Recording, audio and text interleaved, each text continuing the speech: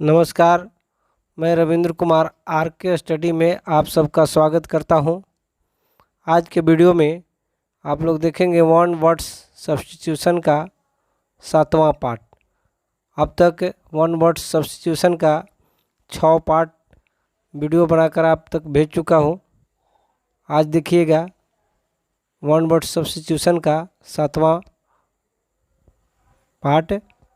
तो चलिए वीडियो को देर न करते हुए शुरुआत करते हैं। पहला प्रश्न से वन वर्ड सब्स्टिट्यूशन का पहला प्रश्न है।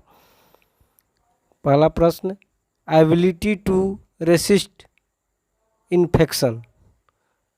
एबिलिटी टू रेसिस्ट इन्फेक्शन कहने का अर्थ है रोगों से लड़ने की क्षमता। इसे रोगों से लड़ने की क्षमता को क्या कहते हैं? तो इम्यूनिटी कहते हैं, जिसको रोग प्रतिरोधक क्षमता कहेंगे इसको। तो इसको रोग से लड़ने की जो क्षमता होता है उसको इम्यूनिटी कहते हैं। तो पहला विकल्प सही होगा, इसको इम्यूनिटी कहते हैं और हिंदी में रोग प्रतिरोधक क्षमता कहते हैं। रोग प्रतिरोधक, ये हो गया रोग प्रतिरोधक।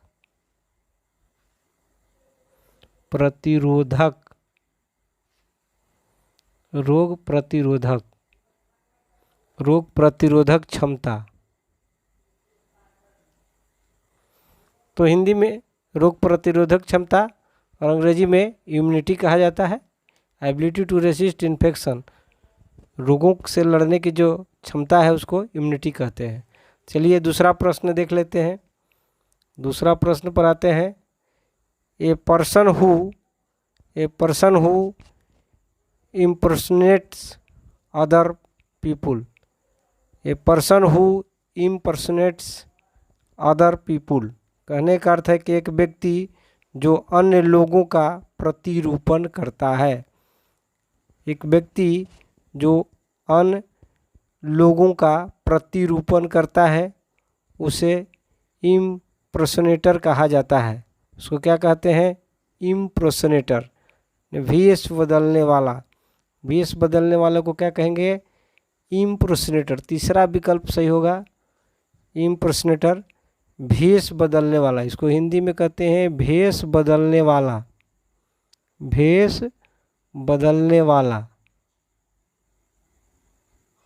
भेष बदलने वाला, हिंदी में कहेंगे भेष बदलने वाला और अंग्रेजी में इम्पर्सनेटर कहते हैं। पर्सन हु इम्पर्सनेट्स अदर पीपुल, एक व्यक्ति जो अन्य लोगों का प्रतिरूपण करता है उसको इम्पर्सनेटर कहा जाता है, भेष बदलने वाला कहा जाता है। तो चलिए वन वर्ड सब्स्टिट्यूशन का तीसरा प्रश्न देख लेते हैं।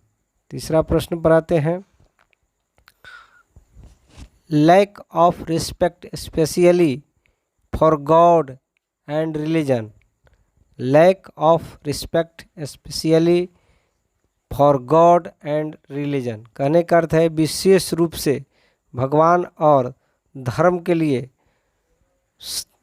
लिए सम्मान की कमी। जो कहने का मतलब है कि विशेष रूप से भगवान और धर्म का जो सम्मान में जो कमी होती है, जो धर्म और धर्म से संबंधित बातों को स्वीकार नहीं करता है, नहीं मानता है, उसके दिल में उसकी प्रति कोई आस्था नहीं रहता है, उसे हिंदी में अधर्म कहते हैं और अंग्रेजी में इम्पाइटी कहा जाता है। इम्पाइटी मतलब अधर्म। पहला ही विकल्प सही होगा, इम्पाइटी मतलब हिंदी में अधर्म कहेंगे। अधर्म,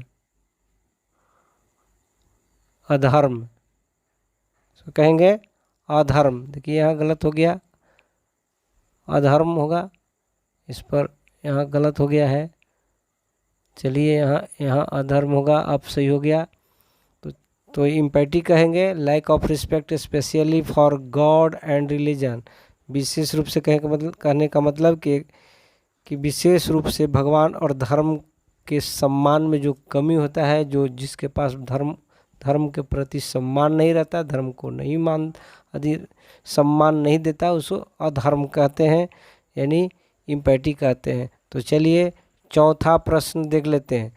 चौथा प्रश्न को देखते हैं। वन वर्ड सब्स्टिट्यूशन का ये 7वां पार्ट है, इसका चौथा प्रश्न चलिए देखते हैं। Person pretending to be somebody else, person pretending to be somebody else, कहने का अर्थ है किसी और के होने का दिखावा करने वाला व्यक्ति, किसी और के होने का दिखावा, एक ऐसा व्यक्ति जो किसी और का होता है और दिखावा किसी और का करता है, तो वैसे व्यक्ति को क्या कहते हैं, उसको पाखंडी कहते हैं, पाखंड कहते हैं। तो पाखंड कहने का मतलब कि इम्पोस्टर। तो इम्पोस्टर देखिए अगला विकल्प, देखिए इम्पोस्टर चौथा विकल्प में होगा, ये इम्पोस्टर चौथा विकल्प में से ही होगा, तो ये हमारा चौथा विकल्प होगा। इम्पोस्टर मतलब होता है पाखंडी, पाखंडी इसको कहेंगे पाखंडी, जो कि किसी और का होता है और दिखावा किसी और का करता है, तो इसे पाखंडी कहा जाता है, इम्पोस्टर कहा जाता है। तो चलिए पांचवा प्रश्न देख लेते हैं, वन वर्ड सब्स्टिट्यूशन का ये पांचवा प्रश्न है। पांचवा प्रश्न, one who the 8 sharp cutting teeth at the front of the mouth, one who one of the 8 sharp, यहाँ है one of the 8 sharp cutting teeth at the front of the mouth, कहने का अर्थ है कि मुंह के सामने 8 तेज काटने वाले दांतों में से एक, कहने का मतलब कि मुंह के जो अगला जो 8 जो दांत होता है, तो अगले भाग के दांतों को क्या कहते हैं, जो फ्रंट में जो दांत लगा हुआ रहता है उसको क्या कहते हैं, तो उसको इनसाइजर के नाम से जानते हैं, आगे का दांत, इसको आगे का दांत कहा जाता है, इनसाइजर। देखिए विकल्प में होगा, आगे विकल्प में है इनसाइजर, देखिए दूसरा विकल्प में इनसाइजर, इनसाइजर मतलब आगे का दांत, काट जिससे हम काटने का काम, आगे के दांत जो इनसाइजर कहते हैं, दांत के 3-4 प्रकार होते हैं, मोलर, प्रीमोलर, इनसाइजर ये सब होते हैं। तो इनसाइजर अगला भाग को कहते हैं जिसे काटने का काम कर आता है दांत में, तो आगे का दांत जो काटने वाला होता है उसको कहते हैं आगे का दांत। इनसाइजर क्या है, आगे का दांत, आगे का दांत, देखिए गलती हो गया, यहाँ पर दांत होगा, दांत, आगे का दांत, आगे का दांत काट, जो काटने वाला आगे का दांत होगा वो काटने, जिससे हम काटने का काम करते हैं, काटने वाला। तो ये आगे का दांत जो होता है इनसाइजर कहा जाए, जिससे हम लोग काटते हैं, जो 8 को दांत होगा तो उसको 4 ऊपर 4 नीचे, तो उसको इनसाइजर के नाम से जाना जाता है। तो चलिए अगला प्रश्न पर चलते हैं, छठा प्रश्न को देख लेते हैं, वन वर्ड सब्स्टिट्यूशन का छठा प्रश्न है, not able to work happily with somebody, not able to work happily with somebody, कहने का अर्थ है कि किसी के साथ खुशी से काम नहीं कर पा रहे हैं, वैसे व्यक्ति जिसके साथ खुशी पूर्वक काम नहीं कर पा रहे हैं, उसके साथ कंफर्टेबल नहीं है, उसके साथ खुशी काम नहीं कर पा रहे हैं, तो वैसे व्यक्ति को, वैसे लोगों को क्या कहा जाता है, तो कंपेटेबल कहा जाता है, इनकम्पेटेबल कहा जाता है, जिसको असंगत, हिंदी में असंगत कहते हैं। तो देखिए इनकम्पेटेबल जो है वो आपको डी विकल्प में दिखाई दे रहा है, इनकम्पेटेबल, इसका हिंदी में कहेंगे असंगत, असंगत, इसको हिंदी में क्या कहेंगे, असंगत। वैसा व्यक्ति जिसके साथ हम ठीक से काम नहीं कर रहे, खुशी काम नहीं कर सकते हैं, उसे व्यक्ति को इनकम्पेटेबल कहा जाता है, असंगत कहा जाता है। तो चलिए अगला प्रश्न, सातवां प्रश्न को देख लेते हैं, वन वर्ड सब्स्टिट्यूशन का ये सातवां पार्ट है, और सातवां प्रश्न को देखिए, not having to necessary a skill to do something successfully, not having to necessary skills to do something successfully, कहने का मतलब है कि कुछ सफलतापूर्वक करने के लिए आवश्यक कौशल नहीं होना, कुछ सफलतापूर्ण कोई काम को करने के लिए आवश्यक रूप से उसमें कुशलता नहीं होता है, तो उसको अयोग्य कह सकते हैं, असमर्थ कह सकते हैं, इनकम्पिटेंट कह सकते हैं। अंग्रेजी में क्या कहेंगे इसको, इनकम्पिटेंट, इनकम्पिटेंट मतलब होता है असमर्थ या अयोग्य जिसको कहेंगे, इसको हम क्या कहेंगे, अयोग्य, अयोग्य, इसको हम अयोग्य कहेंगे, ये अयोग्य होगा। तो चलिए अगला प्रश्न को देख लेते हैं, 8वां प्रश्न को देख लेते हैं। 8वां प्रश्न, that can not B comforted, that can not B comforted कहने का मतलब है कि जिसे तसल्ली नहीं दी जा सकती है, जिसे तसल्ली नहीं दी जा सकती है।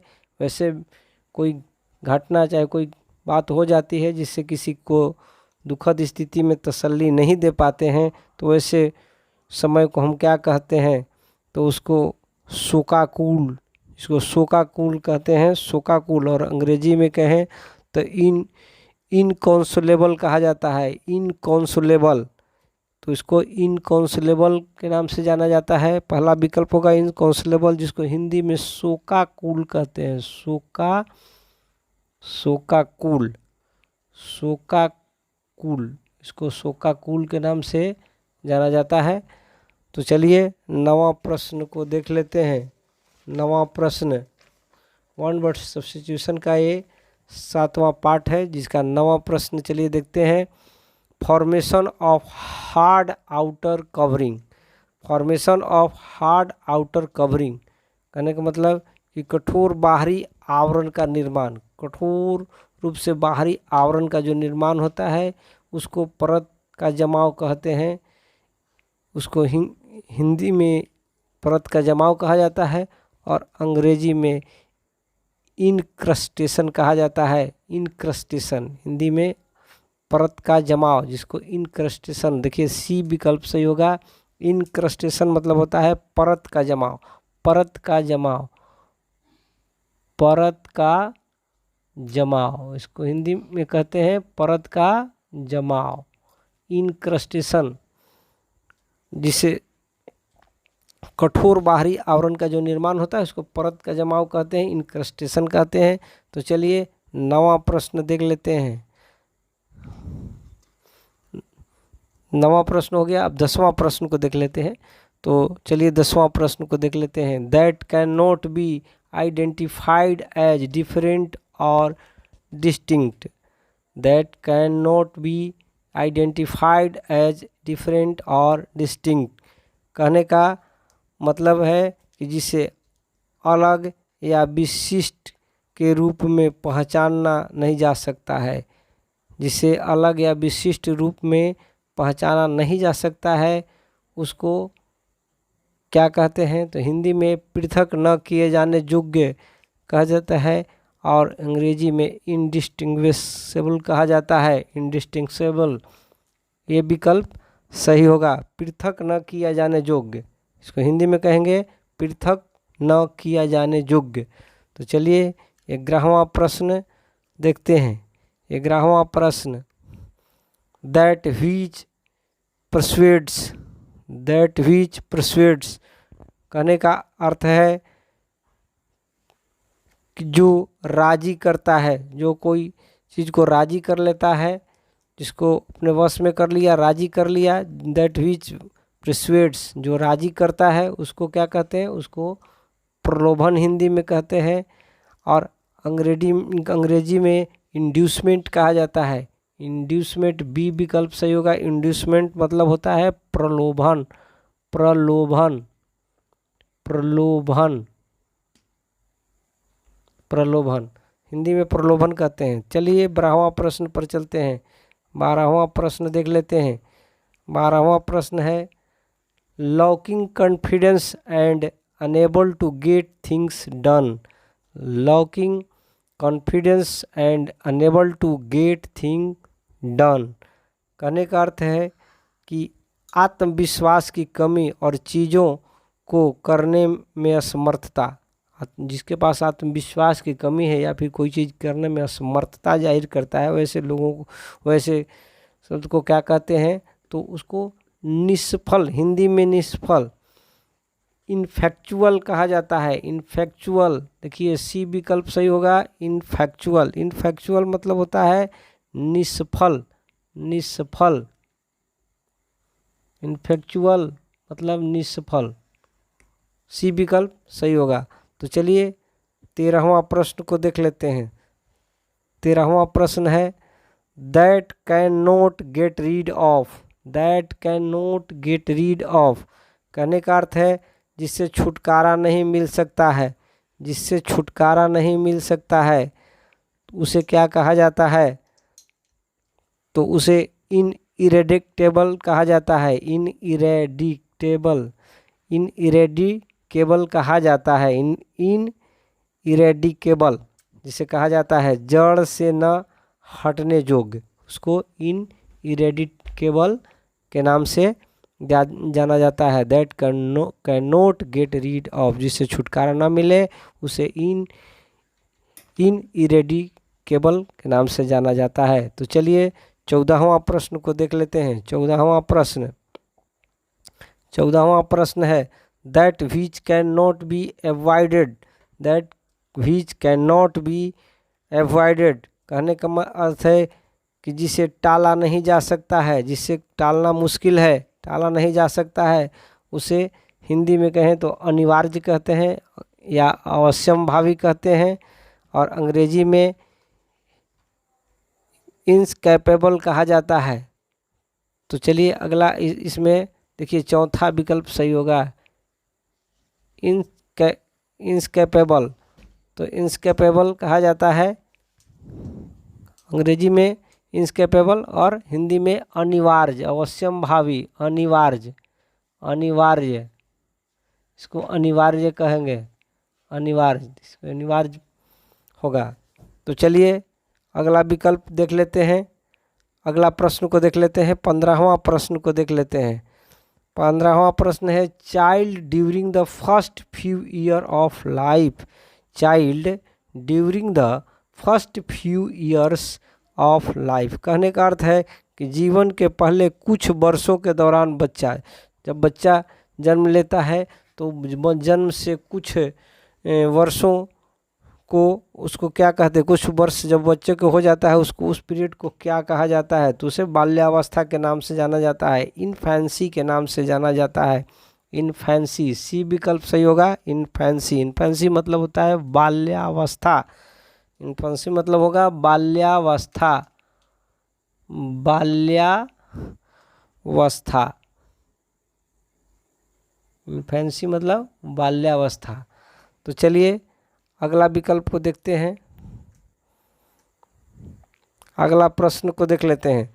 तो ये 16वां प्रश्न है soldier who fight on foot, soldiers who fight on foot कहने का अर्थ है कि पैदल लड़ने वाले सैनिक, जो सैनिक पैदल ही लड़ते हैं उसको क्या कहा जाता है, तो उसे इन्फेंट्री के नाम से जाना जाता है। इन्फेंट्री मतलब पैदल सैनिक। देखिए बी विकल्प सही होगा, बी विकल्प सही होगा, यानी पैदल सैनिक, पैदल सैनिक, इसको क्या कहेंगे, पैदल सैनिक कहेंगे। Soldier who fight on foot, जो जमीन पर लड़ाई करता है, जो पैदल लड़ने वाले सैनिक को क्या कहते हैं, इन्फेंट्री कहते हैं, पैदल सैनिक कहते हैं। चलिए 17वां प्रश्न देख लेते हैं। वन वर्ड सब्स्टिट्यूशन का 7वां पार्ट है इसका 17वां प्रश्न। चलिए देखते हैं। Field with an intense but usually foolish love, field with an intense but usually foolish love कहने का मतलब है कि एक तीव्र लेकिन आम तौर पर मूर्ख प्रेम से भरा हुआ, एक तीव्र लेकिन आम तौर से मूर्ख प्रेम से भरा हुआ, उसको कहते हैं, हिंदी में कहते हैं मोहित, और अंग्रेजी में इनफैक्चुएटेड कहा जाता है। तो इनफैक्चुएटेड देखिए चौथा विकल्प में होगा इनफैक्चुएटेड, इनफैक्चुएटेड कहते हैं जिसको मुग्ध या मोहित कह सकते हैं, हिंदी में मोहित, मोहित, इसको मोहित कहते हैं या मुग्ध कहते हैं, कह सकते हैं। तो चलिए अगला विकल्प, अगला प्रश्न को देख लेते हैं। 18वां प्रश्न, वन वर्ड सब्स्टिट्यूशन का ये 18वां प्रश्न है। Person who is inferior in rank, person who is inferior in rank, कहने का अर्थ है कि वह व्यक्ति जो पद से नीचा है उसको क्या कहा जाए, वैसे व्यक्ति जो पद से नीचे है उसको हिंदी में कहते हैं न्यून या न्यून, अनुत्तम या न्यून कह सकते हैं, अंग्रेजी में इन्फीरियर के नाम से जाना जाता है। नहीं, पहला विकल्प इन्फीरियर कहा जाता है, जिसको हिंदी में कहेंगे न्यून, न्यून, न्यून कहेंगे। तो चलिए 19वां प्रश्न को देख लेते हैं। 19वां प्रश्न क्या है?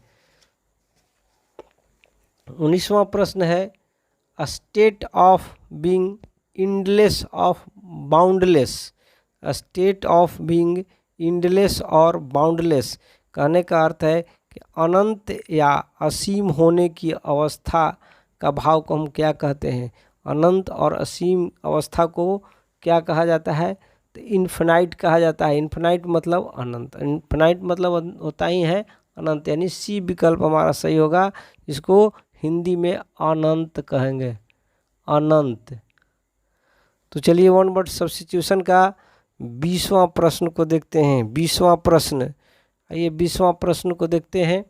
A person who gives information, a person who gives information, कहने का अर्थ है कि एक व्यक्ति जो जानकारी देता है, एक व्यक्ति जो जानकारी देता है उसको क्या कहते हैं? उसको इन्फॉर्मेंट कहा जाता है, सूचना देने वाला कहा जाता है। तो इन्फॉर्मेंट देखिए सी विकल्प सही होगा। इन्फॉर्मेंट, इन्फॉर्मेंट मतलब कि सूचना देने वाला, सूचना देने वाला, हिंदी में क्या कहेंगे? सूचना, सूचना देने वाला, सूचना देने वाला,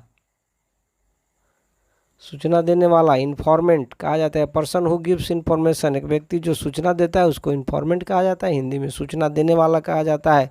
तो चलिए अगला प्रश्न को देखते हैं। अगला प्रश्न को देख लेते हैं। 21वां प्रश्न वन वर्ड सब्स्टिट्यूशन का, ये 7वां पार्ट है, जिसका 21वां प्रश्न को देख लीजिए।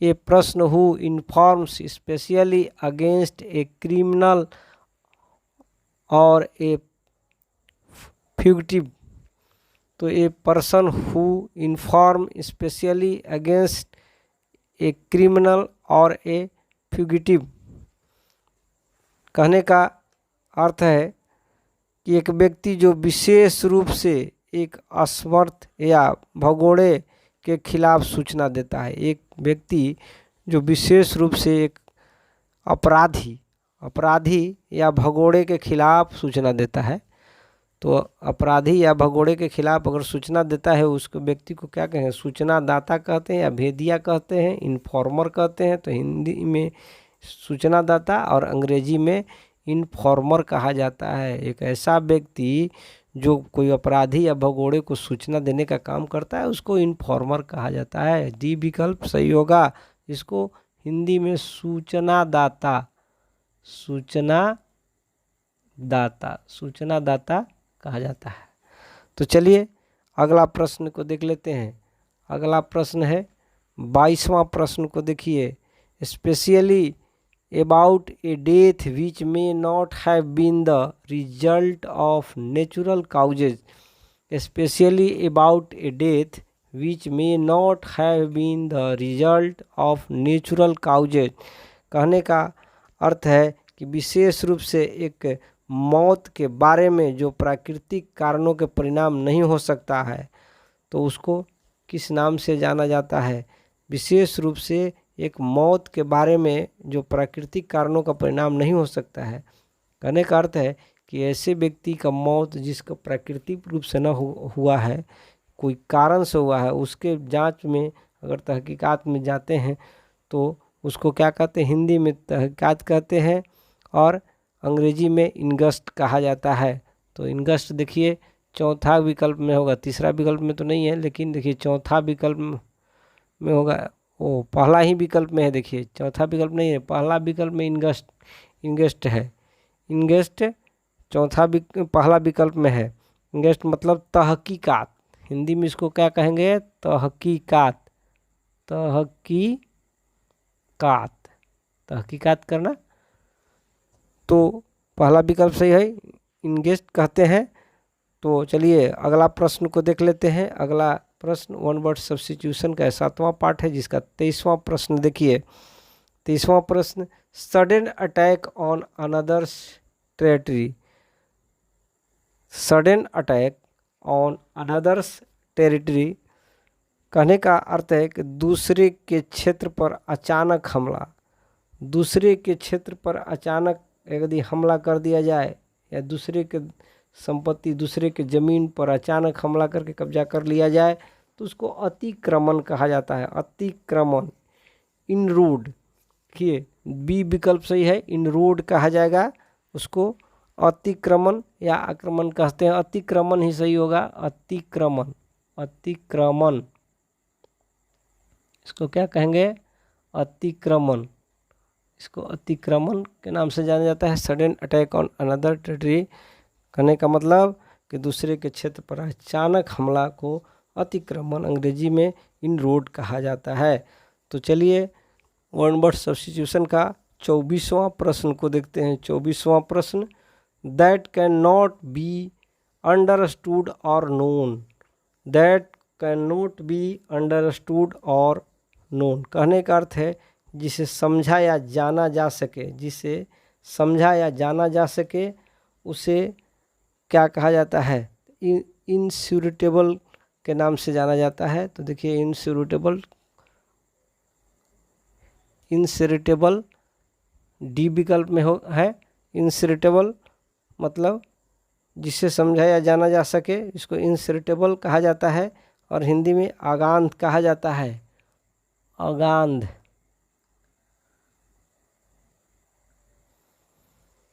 तो चलिए वन वर्ड सब्स्टिट्यूशन का ये लास्ट 7वां पार्ट है, इसका लास्ट प्रश्न यानी 25वां प्रश्न को देख लेते हैं। 25वां वन वर्ड्स को देख लेते हैं। That can be understood. That can be understood, जिसे समझा जा सके। जिसे समझा जा सके उसे हिंदी में समझने योग्य कहा जाता है। अंग्रेजी में इंटेलिजिबल कहा जाता है। इंटेलिजिबल, देखिए सी विकल्प सही होगा। इंटेलिजिबल, जिसको हिंदी में समझने योग्य, समझने योग्य, इसको हिंदी में समझने योग्य कहते हैं, अंग्रेजी में इंटेलिजिबल कहा जाता है। तो ये था हमारा वन वर्ड सब्स्टिट्यूशन का 7वां पार्ट, जिसका अभी अंतिम प्रश्न 25वां प्रश्न जो अंतिम प्रश्न है, जिसे देखें तो वीडियो को हम यहीं समाप्त करेंगे। यदि हमारा वीडियो वन वर्ड सब्स्टिट्यूशन का अच्छा लग रहा है तो इसे लाइक करें, शेयर करें, कमेंट करें, और अगर चैनल पर नए हैं तो मेरा RK स्टडी चैनल को सब्सक्राइब कर दें। तो वीडियो देखने के लिए आप सबको बहुत बहुत धन्यवाद।